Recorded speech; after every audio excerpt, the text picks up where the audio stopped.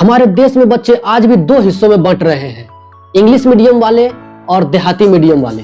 लेकिन सवाल ये है कि असली फर्क भाषा का पड़ रहा है या सिस्टम, सोच या सही मौके का। थोड़ा रुकते हैं और समझते हैं। आज हम उसी सच के बारे में बात करेंगे और समझेंगे कि हम इस गैप को कैसे खत्म कर सकते हैं। पहली समस्या है अंग्रेजी का स्टेटस। जो बच्चा अंग्रेजी मीडियम में पढ़ता है उसे स्मार्ट, एडवांस और मॉडर्न माना जाता है, और जो बच्चा देहाती और सरकारी स्कूल में पढ़ता है उसे कमतर और नीचे समझा जाता है। ये सबसे बड़ी समस्या है भाषा को स्टेटस बना लेना, जबकि ये भाषा है, कोई ज्ञान नहीं है, यह कोई स्किल नहीं है, केवल और केवल ये भाषा है। दूसरी तरफ अगर हम देखें देहाती मीडियम की, यानी देहाती स्कूलों की, गवर्नमेंट स्कूलों की, तो वहाँ पर बच्चों की कमी अंग्रेजी नहीं है, बल्कि ये 3 कारण है। पहला है शिक्षक की कमी, भयंकर रूप से हमारी सरकारी स्कूल में शिक्षक की कमी आज भी। दूसरा है सही गाइडेंस की कमी, जो टीचर अपना कर्तव्य नहीं निभाते हैं। और तीसरा है घर का सही वातावरण का ना होना। आज पेरेंट्स खुद मोबाइल में लगे हैं, सोशल मीडिया पर लगे, अपने जॉब में बिजी है,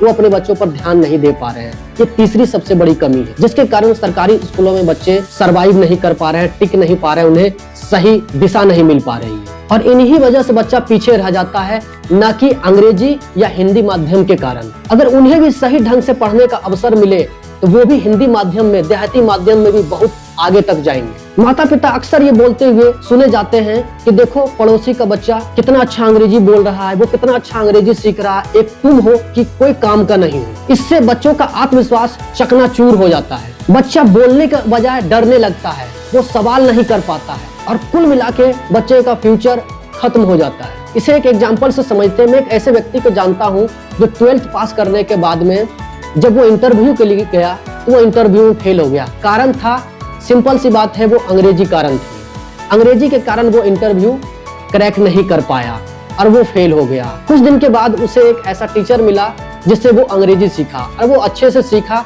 फिर से वो जाकर के इंटरव्यू देता है और वो इंटरव्यू पास कर जाता है। इसका मतलब है कि भाषा उसकी बाध्यता थी, ना कि उसका नॉलेज। असली सच, अंग्रेजी मीडियम आपको सफल नहीं बनाता, बल्कि बनाता है आपका स्किल और आपकी क्लैरिटी। दुनिया के टॉप और वैज्ञानिक, बिजनेसमैन, रिसर्चर अपनी मातृभाषा में पढ़े हैं। अब हम 5 सिंपल और प्रैक्टिकल उपाय को समझते हैं। समाधान ये है कि बच्चे को सबसे पहले किसी भी टॉपिक का कॉन्सेप्ट समझ में आए, चाहे आप हिंदी में समझाएं, देहाती में समझाएं, अंग्रेजी में समझाएं, वो कॉन्सेप्ट समझ में आना चाहिए। अगर कॉन्सेप्ट स्ट्रॉन्ग होता है तो आगे सब सही होता है। दूसरा समाधान है घर पर थोड़ा सा इंग्लिश का एक्सपोजर बनाएं। होता क्या है कि हमारे यहाँ घर का माहौल बिल्कुल देहाती मीडियम का, हिंदी मीडियम का नहीं है, जबकि हम स्कूल को अंग्रेजी मीडियम में भेज रहे हैं, और घर में आने के बाद बच्चा फिर वही देहाती मीडियम पर आ जाता है। स्कूल का घर का कोई तालमेल ही नहीं है। इसलिए घर पर एक इंग्लिश का वातावरण बनाए, क्योंकि इंग्लिश आगे चल के काम देगी भाषा के तौर पर, क्योंकि इंग्लिश एक इंटरनेशनल लैंग्वेज है। और ये जरूरी नहीं है कि आप इंग्लिश मीडियम में ही डालें, आप घर में भी थोड़ा थोड़ा अंग्रेजी सिखा सकते हैं, पर्याप्त। आप छोटे छोटे 2-3 तरीके अपना सकते हैं। बच्चे को छोटे छोटे वर्ड और सेंटेंस अपने घर पर ही सिखा सकते हैं। जो सरकारी स्कूल में जा रहे हैं उन बच्चों की मैं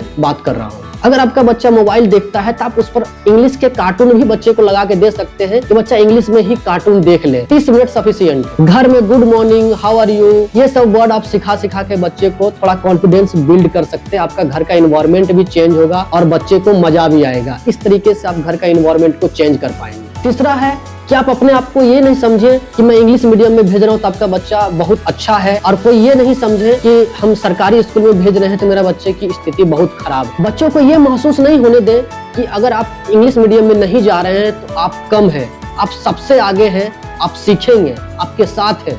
उन्हें ये कहें कि लैंग्वेज तो आप बाद में भी सीख लेंगे, पहले अपनी समझ को मजबूत करो। आप पहले किसी टॉपिक को समझो, आप में समझ विकसित तो पहले हो।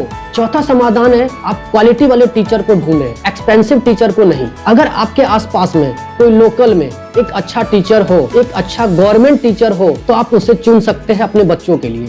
एक अच्छा टीचर दोनों भाषा में बच्चे को अच्छा नींव दे सकता है, अच्छी समझ दे सकता है। 5वां समाधान है बच्चे को रियल लाइफ स्किल सिखाएं। मैं हमेशा बोलता हूँ 1 चाइल्ड 1 स्किल हर एक घर में होना चाहिए। बच्चा इंग्लिश मीडियम में हो या देहाती मीडियम में, उसकी असली ताकत ये चीजें बनाएगी: communication skill, confidence, problem solving, moral value, self discipline. और ये स्किल घर से आती है, स्कूल तो बाद की बात है। तो पेरेंट्स, इंग्लिश मीडियम और देहाती मीडियम, ये फर्क किताबें हमें नहीं सिखा रही है, हमें वो लोग सिखा रहे हैं जिन्होंने ये मन में बैठा रखा है कि मेरा बच्चा इंग्लिश मीडियम में जा रहा है तो बहुत मॉडर्न है। अगर हम ये सोच बदल दें तो हमारा बच्चा दुनिया के किसी भी कंपटीशन में पीछे नहीं रहेगा, दुनिया के किसी भी दौड़ में वो पीछे नहीं रहेगा। भाषा रास्ता दिखाने का काम कर सकती है लेकिन मंजिल नहीं हो सकती है। अगर इंग्लिश मीडियम इतना ही ज्ञानी भाषा है और जितने भी अंग्रेजी बोलने वाले और जानने वाले लोग हैं सब ज्ञानी होते, उन्हें एक सर्टिफिकेट ही दे दिया जाए कि आप इंग्लिश जानते हैं तो आप ज्ञानी हैं। अगर आपको भी लगता है कि आपको इंग्लिश बहुत आती है तो आप कमेंट्स में लिखकर बताएं कि हम ज्ञानी हैं। बच्चे को बुनियाद दीजिए, उसे स्किल दीजिए, उसे समझ दीजिए,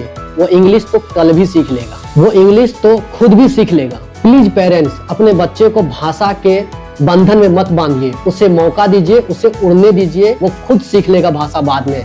अभी उसे सिर्फ समझ विकसित करने पर जोर दीजिए। और आपको लगता है कि आपके बच्चे में किसी तरह की प्रॉब्लम है, उसके पढ़ाई से रिलेटेड, उसके समझ से रिलेटेड, तो आप कमेंट बॉक्स में लिख करके हमें बताएं कि किस तरह की प्रॉब्लम है। हम इस पर एक वीडियो लाएंगे और आपसे बातचीत करेंगे। और अभी तक ये वीडियो देख रहे हैं तो आप इस वीडियो को लाइक करें, सब्सक्राइब करें और कॉमेंट जरूर करें किस तरह की आपकी प्रॉब्लम है।